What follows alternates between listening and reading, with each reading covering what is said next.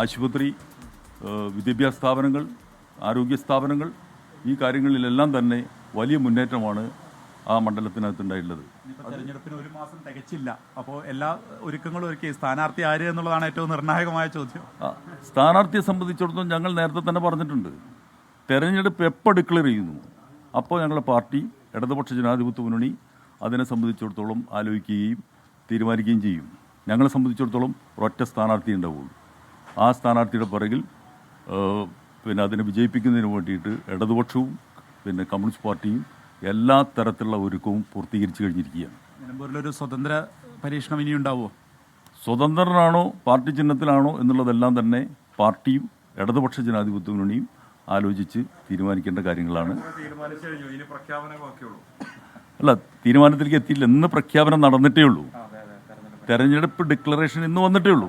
അപ്പോൾ തെരഞ്ഞെടുപ്പ് ഡിക്ലെയർ ചെയ്യുന്നതിന് മുമ്പ് തന്നെ സ്ഥാനാർത്ഥിയെ ഞങ്ങൾ തീരുമാനിച്ചിട്ടില്ല. ഞങ്ങൾ നേരത്തെയും പറഞ്ഞിട്ടുള്ളത്, തെരഞ്ഞെടുപ്പ് ഡിക്ലെയർ ചെയ്താൽ ഉടനെ ഞങ്ങൾ ആലോചിക്കും, തീരുമാനിക്കുമെന്നുള്ളത് തന്നെയാണ്. അത് തന്നെയാണ് ഇപ്പോഴും പറയാനുള്ളത്. സംസ്ഥാന സർക്കാരിൻ്റെ ഒരു വിലയിരുത്തലാവും ഇലക്ഷൻ. സംസ്ഥാന സർക്കാരിൻ്റെ വിലയിരുത്തൽ 100% അതിൻ്റെ പ്രോഗ്രസ് റിപ്പോർട്ട് മുഖ്യമന്ത്രി കേരളത്തിലെ ജനങ്ങൾക്ക് മുമ്പിൽ വെച്ചല്ലോ. അത് വെച്ചിട്ട് തന്നെ എണ്ണി പറയാനുള്ള വികസന പ്രവർത്തനങ്ങൾ നിലമ്പൂരിലുണ്ട്. ആ ആത്മവിശ്വാസത്തോടു കൂടി തന്നെയാണ് ഞങ്ങൾ ഈ തെരഞ്ഞെടുപ്പിനെ ഞങ്ങൾ അഭിമുഖീകരിക്കുന്നത്. ഉപതെരഞ്ഞെടുപ്പുകളുടെ ഒരു ട്രെൻഡ് നിലവിൽ അവിടെ ഉണ്ടായിരുന്ന MLA-മാർ തന്നെ അല്ലെങ്കിൽ സീറ്റ് നിലനിർത്തുന്ന സാഹചര്യമാണ്.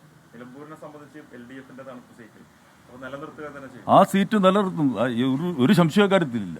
കാരണം 8 വർഷക്കാലമായി ആ അസംബ്ലി മണ്ഡലത്തിനകത്ത് നടപ്പിലാക്കിയിട്ടുള്ള ഇടതുപക്ഷ ജനാധിപത്യ മുന്നണിയുടെ ബദൽ വികസന കാഴ്ചപ്പാടോട് കൂടിയിട്ട് ഒരു നവകേരളം സൃഷ്ടിക്കുക എന്ന കാഴ്ചപ്പാടോട് കൂടിയിട്ടുള്ള വികസന പ്രവർത്തനങ്ങളാണ്.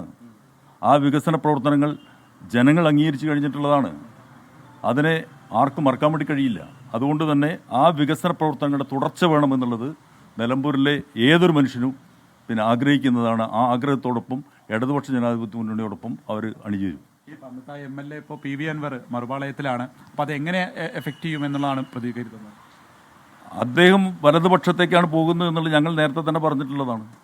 അതവിടെ എത്തിച്ചേർന്നിട്ടുണ്ട്. അത് ഞങ്ങളെ സംബന്ധിച്ചിടത്തോളം അത് ഈ തെരഞ്ഞെടുപ്പിന് ബാധിക്കുന്ന പ്രശ്നമേ അല്ല. കാരണം ഞങ്ങൾ മുന്നോട്ട് വെച്ചിട്ടുള്ളത് നിലമ്പൂരിൻ്റെ വികസന പ്രവർത്തനങ്ങളാണ്. ഇടതുപക്ഷ ജനാധിപത്യ മുന്നണിയുടെ രാഷ്ട്രീയമാണ്. ഫാക്ടറല്ല, ഒരു സംശയ കാര്യത്തിലില്ല. കാരണം